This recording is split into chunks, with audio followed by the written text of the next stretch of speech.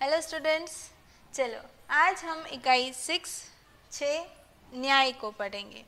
बहुत ही अच्छी स्टोरी है। स्टोरी के माध्यम से काफ़ी कुछ आपको सीखने को भी मिलेगा। तो हम देखते हैं ये स्टोरी। इस कहानी में चातुर्य की बात की गई है, चतुराई की हमको बात की गई है। एक मित्र है जो यात्रा पे जा रहा है और उसके साथ कई कई घटनाएं होती हैं, वो सब हम स्टोरी के साथ साथ देखते जाएंगे। तो चलिए शुरू करते हैं। पुराने ज़माने में इराक की राजधानी बगदाद थी। वहाँ पर एक व्यापारी रहता था। व्यापारी कौन था? अली ख्वाजा नाम का एक व्यक्ति था। कौन था? अली ख्वाजा नाम का एक व्यापारी बगदाद में रहता था। इराक की राजधानी बगदाद, वहाँ पे अली ख्वाजा रहता था।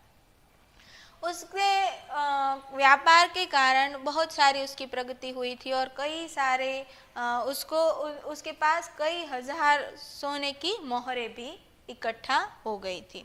सोने की मोहरें है वो उसके पास धीरे धीरे करके बहुत कमाई और बहुत परिश्रम के बाद वो आई थी। अभी उसने सोचा कि मैं मक्का शरीफ की यात्रा करने के लिए जाऊँ।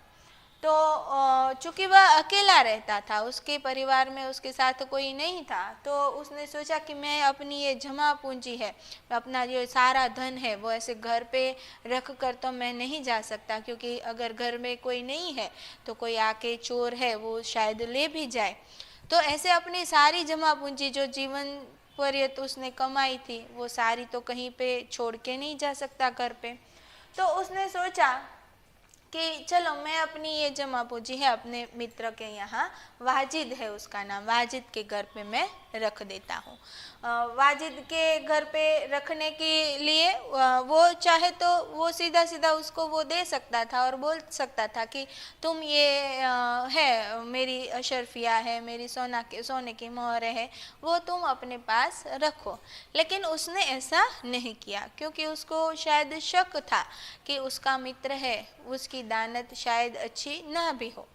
तो उसने क्या किया, उसने अपनी यात्रा के बारे में बताया और एक तेल का घड़ा लिया। अपनी सारी जो अशरफिया मोहरें थे वो सारी उस तेल के घड़े में रख दी और ऊपर से उसको बांध दिया, सील लगा दिया और वाजिद के घर गया और वाजिद को कहता है कि आपका ये तहखाना है, उसमें ये मेरा तेल का जो ये बड़ा सा है, उसको आप अपने तहखाने में रख दो और मैं जब आऊँगा तब ये वापस ले जाऊँगा।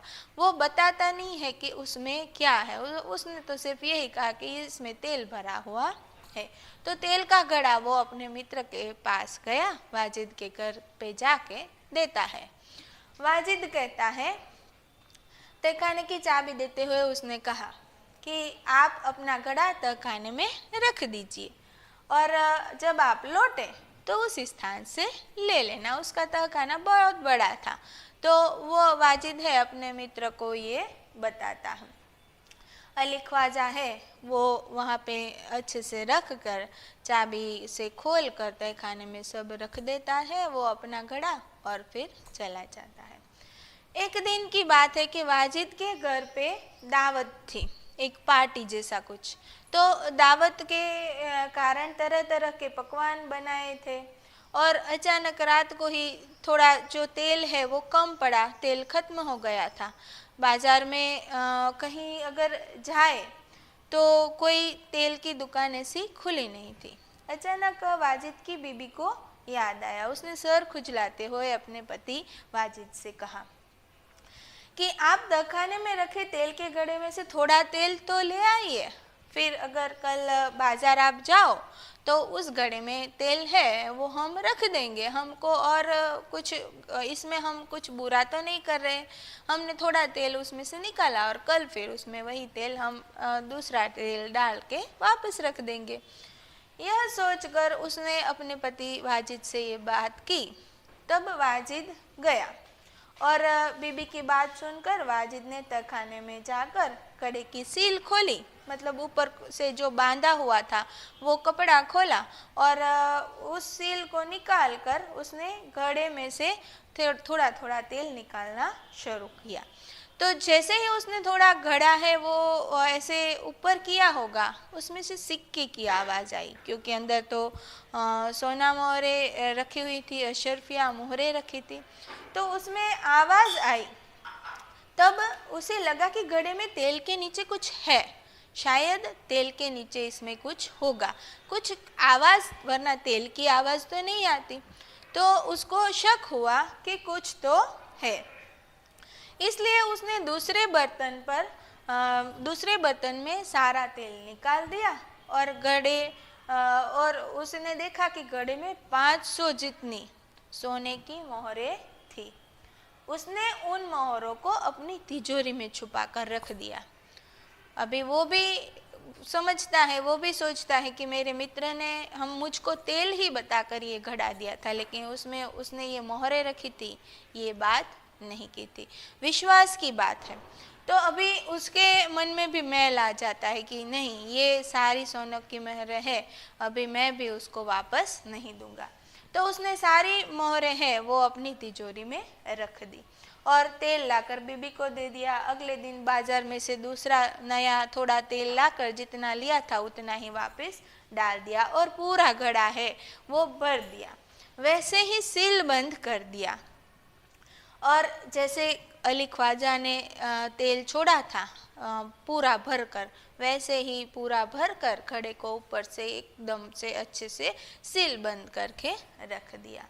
थोड़े दिन गुजर गए और अभी अली ख्वाजा है वो मक्का की यात्रा से वापस आए। अली ख्वाजा जैसे ही वापस आते हैं, घर पे सामान रख के उसको चिंता तो है ही मन में कि मेरी सारी सोने मोहरे, मेरी जो जमा पूंजी है वो वहाँ पे वाजिद के घर पड़ी है।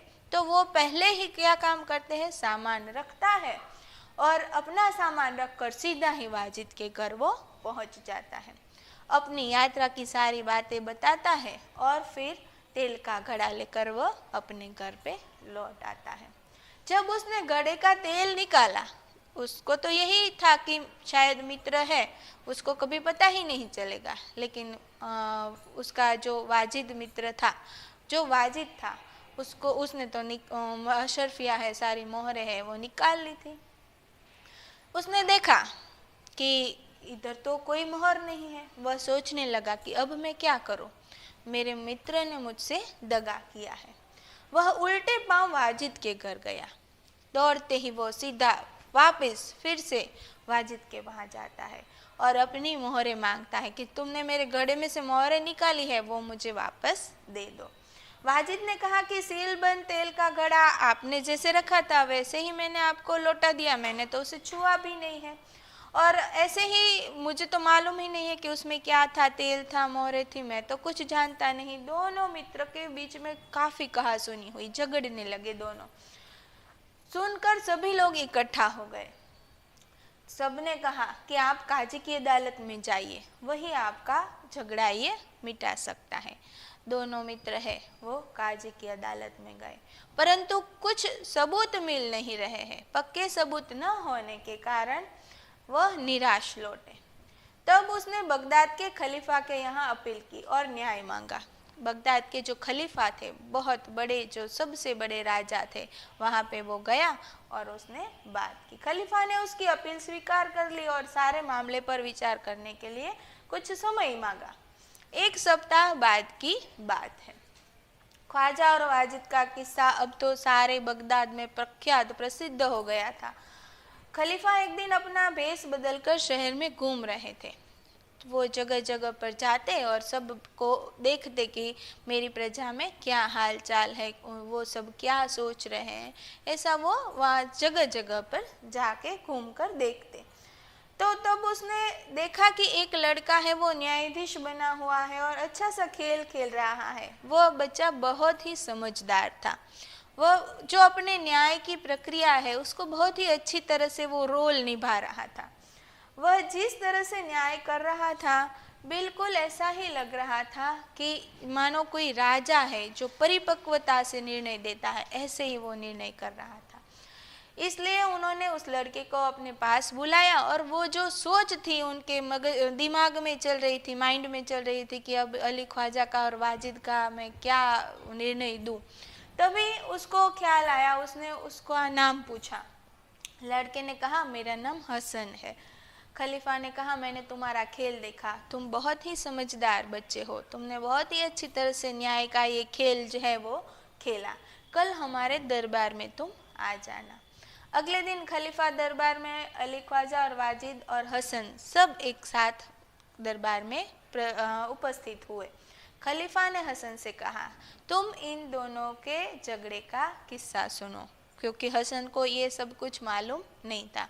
खलीफा है वो इन दोनों के किस्सा जो झगड़ा है वो सारी घटना है वो समझाते हैं।